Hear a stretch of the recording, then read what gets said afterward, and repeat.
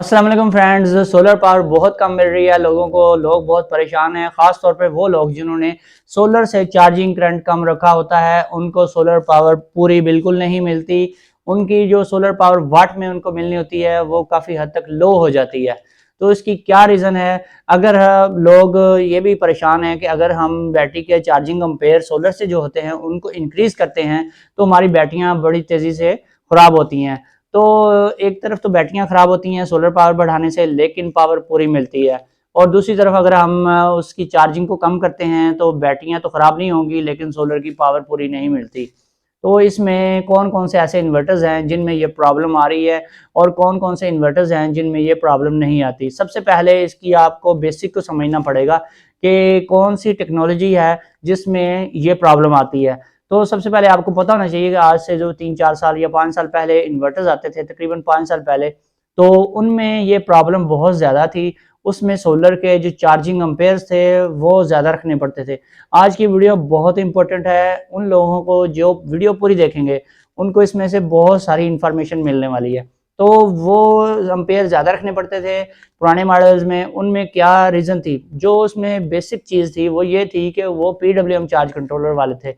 यानी कि आज से जो 5-6 साल या 7 साल पहले इन्वर्टर्स आ रहे थे, उनमें पीडब्ल्यूएम चार्ज कंट्रोलर होता था और उसकी 40 वोल्ट, 55 वोल्ट जो इस तरह की रेंज होती थी उसकी, या फिर 60 तक होते थे उनके मैक्सिमम। तो इस टाइप के जो इन्वर्टर्स थे, उनमें मैक्सिमम सोलर चार्जिंग करंट को रखा जाता था। अगर आप भी ओल्ड पीडब्ल्यूएम टाइप का सोलर इन्वर्टर यूज़ कर रहे हैं, तो आपको भी मैक्सिमम रेंज उसकी खोलनी पड़ेगी। और जो है बैटरियाँ ख़राब होने की बात, वो आपको मैनेज करना पड़ता है उस इन्वर्टर में खुद से, कि जितने आपने एम्पेयर्स उसके खोलने हैं, उस हिसाब से लोड भी आपने कैलकुलेट करके डालना है। तो आपको पता होना चाहिए कि इतने एम्पेयर्स हैं तो इसके वाट इतने बनते हैं, उस हिसाब से आपने उतने वाट लोड भी डालना है जब आपके इन्वर्टर की बैटरियाँ फुल हो जाती हैं। तो उसमें खुद से मैनेज करना पड़ता था। अब उसके बाद जो टेक्नोलॉजी आई थी उसमें जी 102 वोल्ट वाले एमपीपीटी, यानी कि सेमी एमपीपीटी वाले इन्वर्टर्स आए थे। वो भी पीडब्ल्यूएम की एक टाइप ही थी और थोड़ी-सी अपग्रेडेड टाइप थी, और उसको एमपीपीटी इन्वर्टर बोला जाता था उस टाइम पे।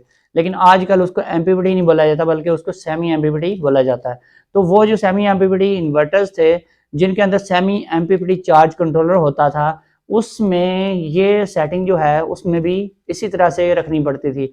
यानी कि वो इन्वर्टर्स जो थे, वो भी ऐसे ही बिहेव करते थे, उनके भी चार्जिंग एम्पेयर्स बैटरी के मैक्सिमम रखने पड़ते थे सोलर वाले, ताकि हमें सोलर की आउटपुट जो है वो भी मैक्सिमम मिले। क्योंकि जो ओल्ड टेक्नोलॉजी थी उसमें क्या होता था, चार्ज कंट्रोलर में जो सोलर की पावर आती थी वो आगे बैटरी को डायरेक्टली ट्रांसफर कर देता था, वो उसके ऊपर लोड नहीं आता था। वो जितनी भी पावर आती थी वो सारी बैटरी को ट्रांसफर करता था। उन इन्वर्टर्स के साथ बैटरियों की लाइफ बहुत कम मिलती है, और जहाँ जहाँ भी वो चल रहे हैं उनके साथ ट्यूबुलर बैटरी भी, हता कि वो 2-3 साल से ज़्यादा नहीं चलती। अगर किसी की चलती है तो उसने बहुत अच्छे तरीके से को मैनेज किया हुआ है, तो इसलिए चल रही है। तो फिर उसके बाद जो टेक्नोलॉजी आई उसमें 145 वोल्ट या 150 वोल्ट वाले एमपीपीटी, वो भी सेमी एमपीपीटी इन्वर्टर्स थे। तो उनमें ये प्रॉब्लम काफ़ी हद तक कम हो गई।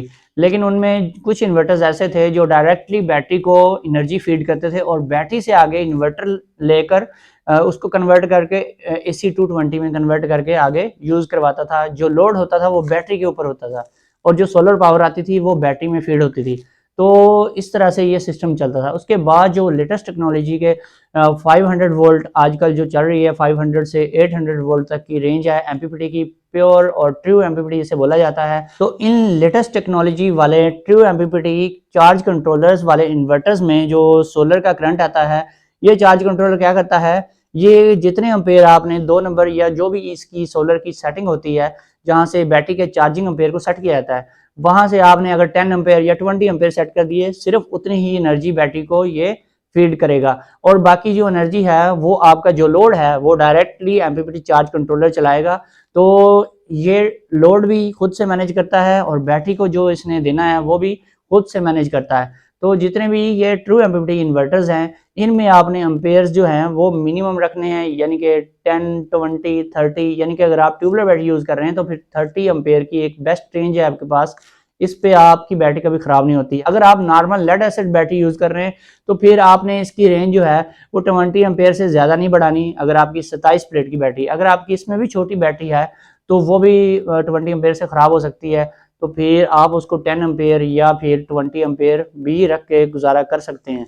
तो ये चीज़ें हैं जिनका आपको ख्याल रखना पड़ेगा। अगर आपके पास ओल्ड टेक्नोलॉजी के इन्वर्टर्स हैं तो आज ही उनकी जो सोलर चार्जिंग करंट है उसको मैक्सिमम कर दें, ताकि आपको मैक्सिमम सोलर पावर की जो एनर्जी है वो आपकी बैटरियों में फीड हो और वहाँ से आपका लोड जो है उसको इजीली यूटिलाइज करे। तो जो ओल्ड टाइप के इन्वर्टर्स हैं उनमें अगर आप सोलर की चार्जिंग करंट की पावर को कम करेंगे तो जो सोलर पावर है वो भी ड्रामेटिकली कम हो जाती है। दोस्तों ये थी आज की वीडियो पसंद आई है तो चैनल को सब्सक्राइब करें, वीडियो को लाइक एंड शेयर करें। फिर मिलेंगे एक नई वीडियो के साथ। ओके, अल्लाह हाफिज़।